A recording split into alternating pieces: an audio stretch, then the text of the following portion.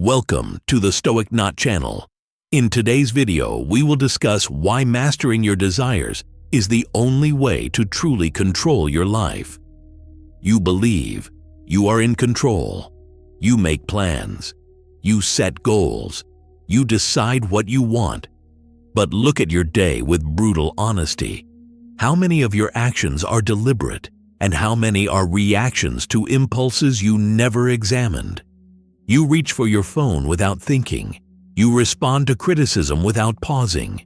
You crave validation, comfort, stimulation. You tell yourself these are small things, harmless things. Yet these small obediences accumulate. They shape your habits. Your habits shape your character, and your character shapes your destiny. No one announces the moment you lose control of your life. It does not happen in a single catastrophe. It happens when desire begins to dictate direction, when comfort overrides discipline, when approval becomes more important than integrity, when the fear of losing something external becomes stronger than the desire to strengthen your inner world. In Meditations of Marcus Aurelius, Book 5, Paragraph 1, he reminds himself at dawn that he will encounter interference and ingratitude, yet he must not allow his mind to be shaped by them. Notice what he protects, not his circumstances, his governing principle. This is where control truly lives. If your mood rises and falls with praise, you are not in control. If your peace collapses when plans change, you are not in control. If your desires pull you toward distraction when you should be building discipline, you are not in control. And yet this is not an accusation, it is an invitation. Because desire is not evil. It is powerful, it is energy, but energy without direction becomes chaos, and chaos, repeated daily, becomes a life you never intended to create. The Stoics understood something that most people ignore. Freedom is not having everything you want. Freedom is not needing what you cannot control. Freedom is the ability to examine a desire and decide whether it deserves your obedience. You do not need to suppress your emotions. You need to understand them. You do not need to destroy desire. You need to train it. You do not need to control the world. You need to control your response to it. If you often feel anxious about the future, overwhelmed by uncertainty, or pulled in different directions by conflicting impulses, then this is not random weakness. It is unexamined desire, seeking certainty where certainty does not exist. In the next topic, we will expose the invisible tyrant that governs most lives, and you may begin to see how subtle the loss of control truly is. 1. The invisible tyrant. You do not wake up one day and decide to surrender control of your life. You surrender it slowly, quietly, through small permissions that feel justified in the moment. The invisible tyrant is not a person. It is not society. It is not fate. It is the unexamined desire that you repeatedly obey. Look at how it operates. A notification appears. You feel the urge to check it. You tell yourself it will only take a second. A comment challenges your opinion. You feel the urge to defend yourself immediately. You tell yourself silence would look weak. A craving arises when you are tired or bored. You tell yourself you deserve relief. None of these moments seem significant, but each one trains you. Each one conditions your nervous system to seek comfort, validation, stimulation. Each one reinforces the belief that every impulse must be satisfied. The tyrant does not force you. It persuades you. It speaks in your own voice. It sounds like preference. It feels like identity. You say, "This is just who I am." But is it? Or have you simply repeated certain impulses so often that they feel natural?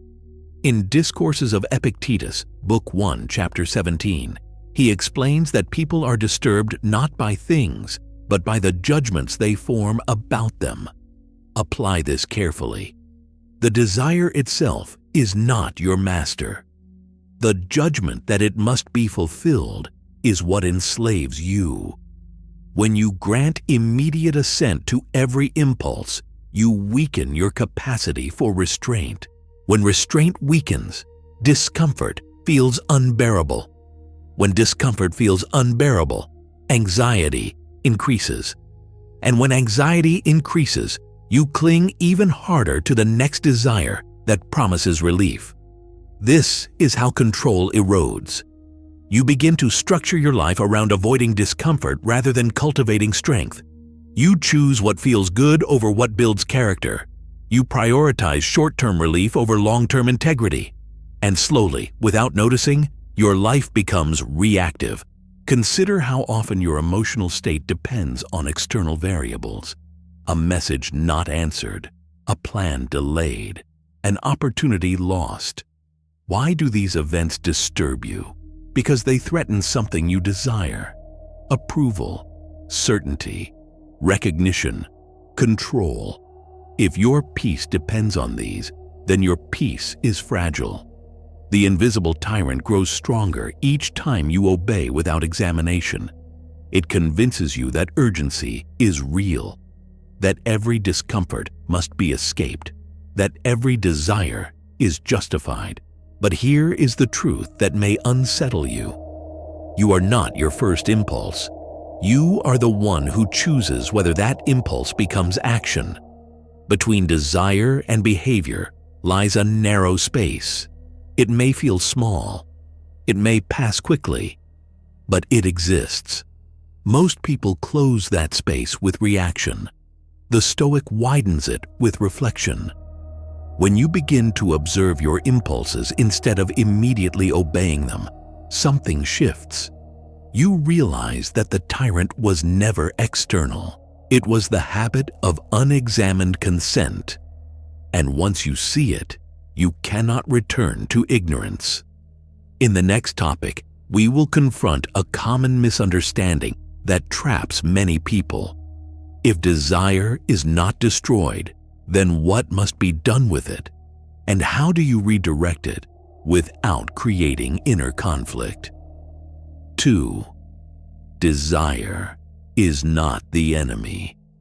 Now that you have identified the invisible tyrant, another mistake must be avoided. Many people, once they recognize how desire controls them, swing to the opposite extreme. They attempt suppression. They attempt rigidity. They attempt to crush every impulse as if emotion itself were a weakness. This is not Stoicism. This is fear disguised as discipline. Desire is not your enemy. It is movement toward what you perceive as good. Without desire, you would not pursue excellence. You would not seek wisdom. You would not strive to improve your character. Even the desire to master yourself is a desire.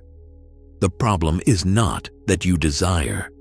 The problem is that you rarely examine what you desire. In Discourses of Epictetus, Book 3, Chapter 2, he advises students to discipline their desires and aversions so that they seek only what depends on them. Notice the precision. Discipline, not erase, not deny. Discipline. Most people direct their strongest desires toward unstable things. They desire praise, yet praise depends on others. They desire certainty, yet certainty does not belong to human life. They desire outcomes, yet outcomes depend on countless variables beyond their authority. And when these desires are threatened, anxiety appears. Anxiety is often nothing more than attachment to what is not fully yours. You are not anxious because life is chaotic. You are anxious because you demand control over what was never within your command. When you attach desire to externals, your emotional state becomes fragile. Every change in circumstance feels like a threat. Every delay feels like loss. Every disagreement feels like rejection. But when you redirect desire toward what is internal, your stability increases. You may still desire success, but you focus your desire on effort rather than applause. You may still desire connection, but you focus your desire on honesty rather than control. You may still desire achievement, but you anchor it in preparation rather than outcome. In Meditations of Marcus Aurelius, Book 6, paragraph 30, he reminds himself to confine his desires to what depends on him. Confinement here is liberation. When you limit desire to what is within your authority, you reduce unnecessary suffering. This does not make you passive. It makes you precise. You begin to see that desire is powerful energy. If directed outward without restraint, it creates dependence. If directed inward toward character, it creates strength. Ask yourself honestly, what do you most crave? Approval, security, control, immediate comfort? Now ask a harder question. Are these things fully within your control? If not, why have you tied your peace to them? The Stoic does not eliminate longing. He elevates it. He desires virtue above circumstance. He desires clarity above comfort. He desires alignment above applause. This is the redirection.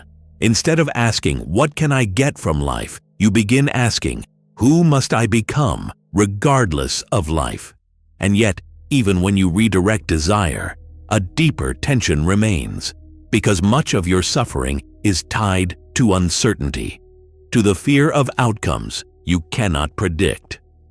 In the next topic, we will examine the dichotomy of control more deeply and confront why so many intelligent people understand it intellectually but still live in emotional turmoil. 3.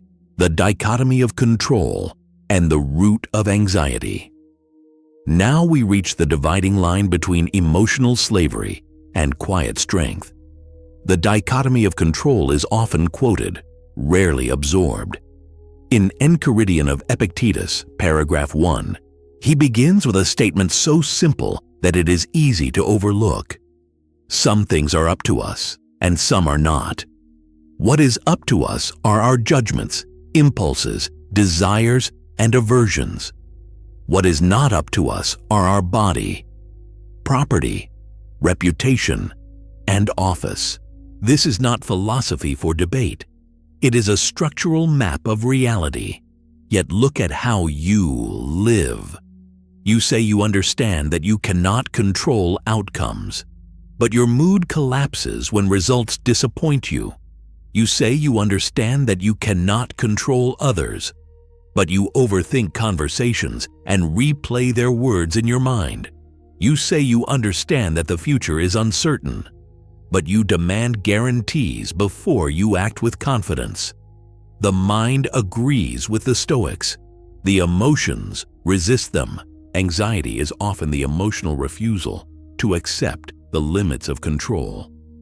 When you worry about losing a job, what are you desiring? Security. But security, in the absolute sense, does not belong to you. You can control preparation. You can control effort. You cannot control the entire economic structure of the world. When you worry about someone leaving you, what are you desiring? Permanence. But permanence in relationships is never fully yours. You can control how you treat someone. You cannot control how long they remain. When you fear failure, what are you desiring? Guaranteed success. But success is influenced by timing, context, perception, variables you do not command. Every time your desire extends beyond your authority, tension begins, and tension sustained becomes anxiety. Marcus Aurelius writes in Meditations of Marcus Aurelius, Book 4, Paragraph 3, that you have power over your mind, not outside events. Realize this, and you will find strength. He does not promise comfort. He promises strength. There is a difference. Comfort depends on external stability. Strength depends on internal clarity. When you insist that life must align with your preference, you create internal conflict. You are demanding that reality conform to imagination, and reality does not negotiate. This is where most lives fracture, not because circumstances are unbearable, but because expectations are unrealistic. You expect certainty in a changing world. You expect fairness in a complex system. You expect approval from independent minds. And when these expectations are not met, you experience disturbance. But imagine something different. Imagine that you accept uncertainty as part of the structure of life. Imagine that you accept that others have autonomy independent of your desires. Imagine that you accept that outcomes are influenced by forces beyond your control. What happens to anxiety? It loses fuel. You still act. You still prepare. You still pursue. But you no longer cling. Instead of asking, "What if I lose what I want?" you begin asking, "What is within my authority right now?" That question redirects energy immediately. Instead of spending mental effort trying to control the uncontrollable, you invested in refining judgment, strengthening discipline, clarifying intention. The dichotomy of control is not emotional numbness. It is emotional efficiency. You stop wasting strength on imaginary leverage, and something subtle begins to change. When your desire attaches only to what is within your power, your peace stabilizes. Because what is within your power cannot be taken without your consent. But understanding this in theory is not enough. In the next topic, we will examine the precise psychological chain that transforms a simple desire into loss of control, and how you can interrupt it before it shapes your behavior. 4. The chain that steals your control. You do not lose control in a single dramatic decision. You lose it in a sequence. If you want to master your desires, you must see this sequence clearly, not abstractly, practically. It begins with an impression. Something happens. A comment, a delay, a temptation, a memory, an image. The mind immediately interprets it. Good, bad, threatening, pleasurable, unfair. This interpretation happens quickly, almost automatically, but it is not yet destiny. From interpretation comes desire. You want the pleasant experience repeated. You want the unpleasant one removed. You want recognition secured. You want discomfort eliminated. This desire, at first, is simply movement. It is energy pointing towards something. Then attachment forms. You move from preference to necessity. This would be nice becomes this must happen. I would like this becomes I need this. This is the critical shift. When desire becomes necessity, expectation hardens. Expectation says, because I want this, it should occur. Because I worked for this, it must be delivered. Because I value this, it cannot be taken. But reality does not operate on should. From expectation arises fear. Fear of losing what you want. Fear of not obtaining what you imagined. Fear that reality will refuse your script. And fear produces reaction. You rush decisions. You overthink. You defend your ego. You cling. You lash out. You compromise your values to protect outcomes. Only afterward does regret appear. You wonder why you reacted, why you spoke impulsively, why you sacrificed integrity for relief. Now look at the chain carefully. Impression, interpretation, desire, attachment, expectation, fear, reaction, regret. Where in this chain did you truly lose control? Not at desire itself, not at impression. You lost control when you granted unexamined assent to your interpretation. In Discourses of Epictetus, Book 1, Chapter 28, he teaches that when impressions arise, we must test them before agreeing. He does not say to eliminate impressions. He says to examine them. The first movement of the mind is involuntary. The second is yours. Most people believe they are overwhelmed by emotion. In reality, they are overwhelmed by unchecked interpretation. Consider anger. An insult appears. Interpretation says, I have been disrespected. Desire says, I want my status restored. Attachment says, I must defend myself. Expectation says, others should not treat me this way. Fear says, if I do not respond, I will appear weak. Reaction says, retaliate. But what if the interpretation had been examined? What if you paused and asked, is my character truly harmed by these words? Is this within my control? Does responding impulsively strengthen or weaken me? The chain weakens at the point of examination. Consider anxiety. Uncertainty appears. Interpretation says, this is dangerous. Desire says, I need certainty. Attachment says, I cannot tolerate unpredictability. Expectation says, the future should be secure. Fear says, I may lose stability. Reaction says, overthink, avoid, panic. But what if you paused and asked, is certainty ever fully within my authority? What action is mine right now? The chain fractures at awareness. Control is not about preventing impressions. It is about interrupting the automatic progression from desire to reaction. You must train yourself to recognize the moment attachment begins. When you notice yourself thinking, this must happen, you are at the critical junction. Replace must with prefer. Replace entitlement with effort. Replace demand with discipline. In Meditations of Marcus Aurelius, Book 8, Paragraph 47, he reminds himself that the soul becomes dyed with the color of its thoughts. If your thoughts are saturated with necessity and entitlement, your character becomes fragile. If your thoughts are disciplined and examined, your character strengthens. The chain that steals your control depends on speed. It thrives on immediacy. The Stoic slows it down. And when you slow it down, you rediscover something powerful. You are not compelled. You are capable of choice. But there is still resistance within you, because part of you fears that if you stop demanding outcomes, you will become passive. That acceptance will weaken ambition. In the next topic, we will confront that fear directly and examine why acceptance of fate is not resignation, but the foundation of inner authority. 5. Acceptance without surrender. Now we confront the fear that prevents many from applying everything you have heard.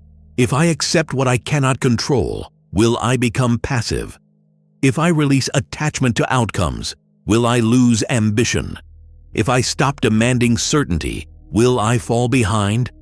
This fear is understandable. It feels as if control depends on pressure, as if intensity equals strength, as if gripping tightly proves seriousness. But look at your life honestly. Has gripping tightly brought you peace? Has demanding certainty made you stable? Has resisting reality made you stronger? Or has it exhausted you? Acceptance is not passivity. It is clarity. In Meditations of Marcus Aurelius, Book 4, Paragraph 23, he reflects that whatever happens was prepared for you from all eternity, woven into the pattern of your existence. This is not fatalism. It is perspective. Events arrive as part of the structure of life. Your task is not to argue with their arrival, but to respond with virtue. When something occurs outside your control, you have two options. You can resist it internally, creating friction between your will and reality. Or you can accept that it has already happened and direct your energy toward your response. Only one of these preserves strength. Resistance to what already exists wastes energy. Acceptance frees it. Acceptance does not mean you approve of everything. It means you stop pretending that denial will change it. If you lose an opportunity, you can spend weeks replaying what should have happened. Or you can ask, what is within my control now? If someone misunderstands you, you can obsess over their perception. Or you can ask, did I act with integrity? If the future is uncertain, you can demand guarantees that do not exist. Or you can prepare diligently and accept the limits of foresight. Acceptance purifies desire. When you accept that outcomes are not yours, you stop attaching your identity to them. You still work, you still strive, you still plan. But your worth is no longer dependent on results. In Discourses of Epictetus, Book 2, Chapter 16, he explains that we must focus our desire only on what is up to us. This is not small ambition. It is disciplined ambition. You may desire success, but you confine your desire to effort, not applause. You may desire love, but you confine your desire to honesty, not permanence. You may desire achievement, but you confine your desire to preparation, not guarantee. This is strength without desperation. Notice what changes internally.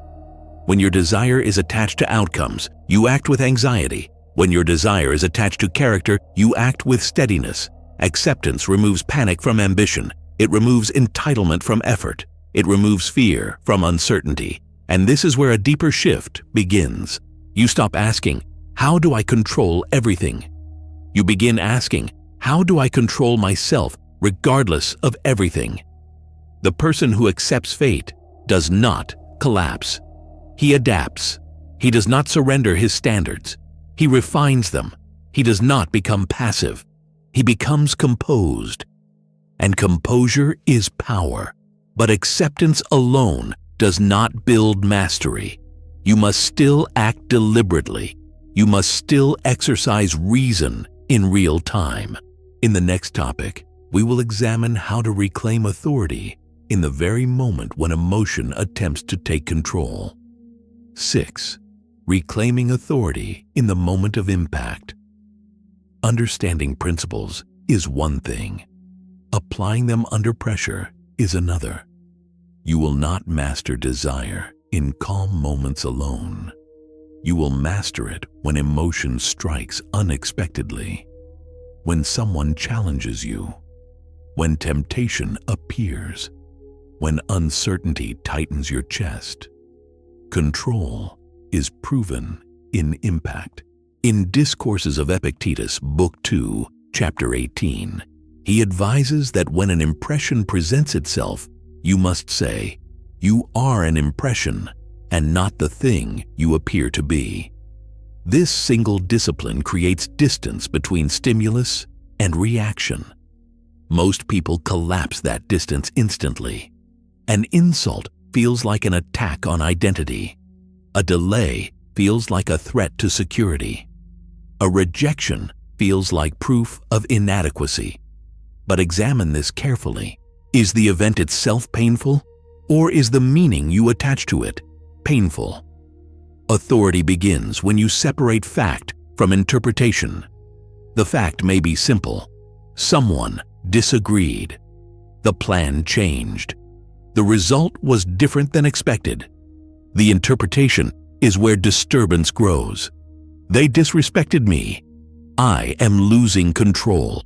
This should not be happening. When you interrupt interpretation, you interrupt emotional escalation. Pause and ask yourself, what is actually within my authority right now? Not what should have happened. Not what I wish would happen. What is mine to command? Your thoughts, your tone, your next action, your commitment to virtue. In Meditations of Marcus Aurelius, Book 7, paragraph 54, he writes that the impediment to action advances action. What stands in the way becomes the way. This is not poetic language. It is practical instruction. The obstacle is your training ground. When desire demands immediate satisfaction, delay it. Not to punish yourself, but to strengthen self-command. When anger urges retaliation, examine the expectation beneath it. When anxiety urges overthinking, redirect attention to the action available now. These small decisions accumulate. Every time you choose reason over impulse, you reinforce authority. Every time you endure discomfort without surrendering integrity, you expand resilience. You may still feel desire. You may still feel emotion. Mastery does not eliminate feeling. It refines response. The person who lacks control obeys the first impulse. The person who develops control examines it. There is a narrow window between impulse and action.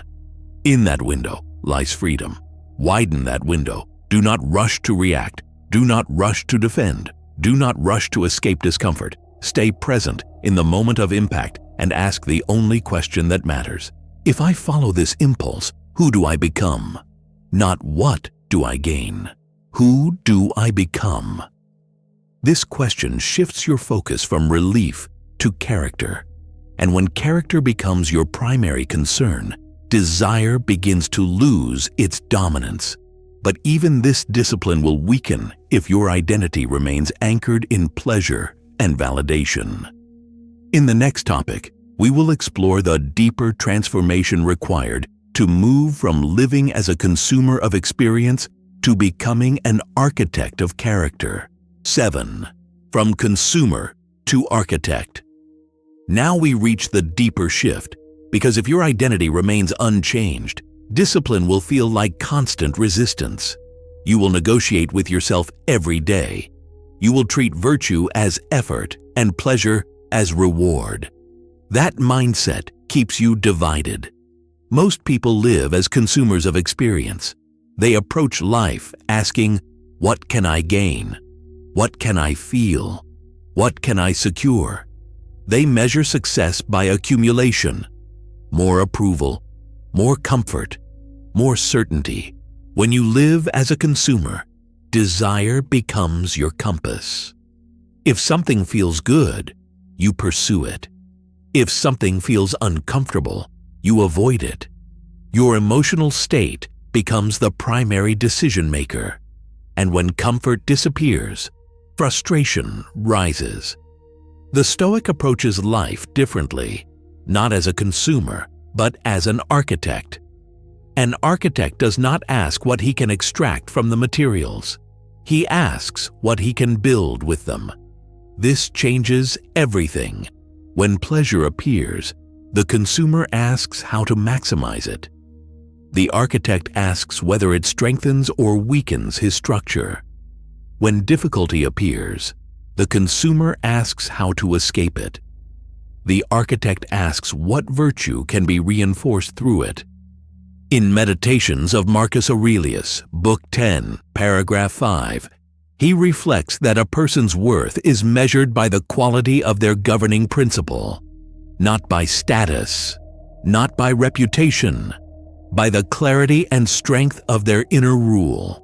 If your governing principle is comfort, you will fear discomfort. If your governing principle is approval, you will fear rejection. If your governing principle is control over outcomes, you will fear uncertainty. But if your governing principle is character, then every circumstance becomes material. Success becomes material for humility. Failure becomes material for resilience. Temptation becomes material for discipline. Criticism becomes material for composure. Now, desire shifts again. You no longer desire pleasure above all. You desire integrity. You no longer desire certainty above all. You desire steadiness.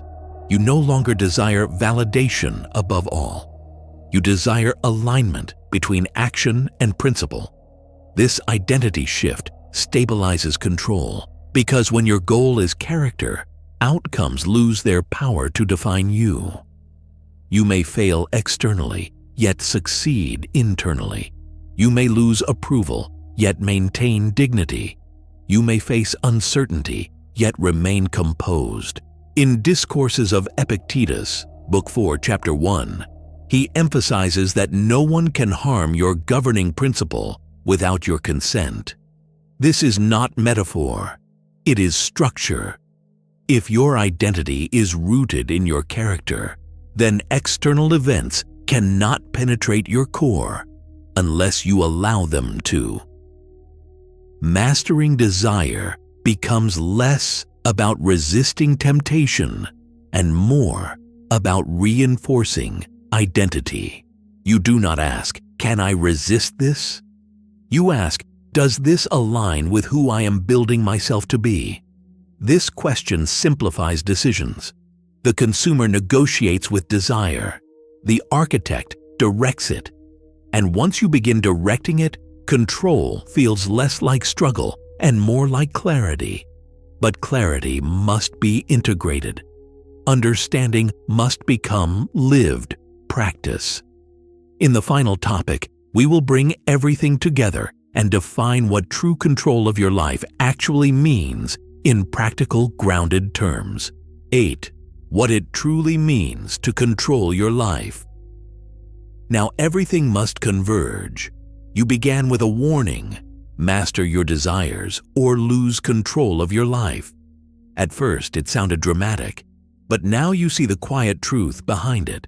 Losing control does not mean chaos in the streets. It means chaos in the mind. It means living in reaction. It means allowing impulse to determine direction. It means tying your peace to outcomes you do not command. Control, in the Stoic sense, is not domination over events. It is sovereignty over assent. It is the disciplined refusal to grant automatic obedience to every desire. You still feel impulses. You still feel attraction, ambition, fear, frustration. Mastery does not remove emotion. It refines authority. When desire arises, you pause. When anxiety appears, you examine. When anger surges, you question the expectation beneath it. This pause is control. In Meditations of Marcus Aurelius, Book 8, Paragraph 36, he reminds himself that if you are distressed by anything external, the pain is not due to the thing itself, but to your estimate of it. And this estimate you have the power to revoke at any moment. Notice the word revoke. You are not a prisoner of your first reaction. You are the one who decides whether it becomes law within you. Control of your life begins when you stop trying to control everything. It begins when you accept that uncertainty is structural, that other minds are autonomous, that outcomes are influenced by countless variables. And instead of fighting this reality, you narrow your focus. You control your thoughts.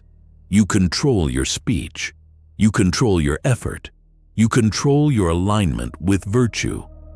When you do this consistently, something powerful happens. You become less shaken by delay, less threatened by disagreement, less destabilized by loss.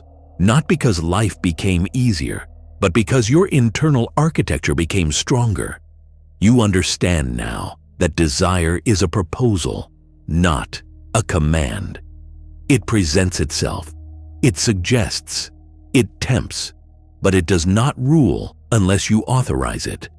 Every day, you will face moments where comfort competes with discipline, where approval competes with integrity, where fear competes with courage.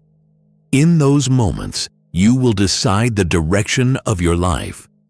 Control is not a feeling you wait for. It is a discipline you practice.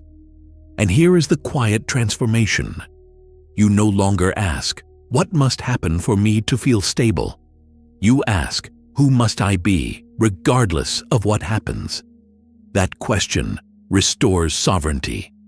In Enchiridion of Epictetus, paragraph 5, he reminds us that it is not events that disturb us, but our judgments about them. When you master your judgments, you master your responses. When you master your responses, you master your direction. And when you master your direction, you master your life.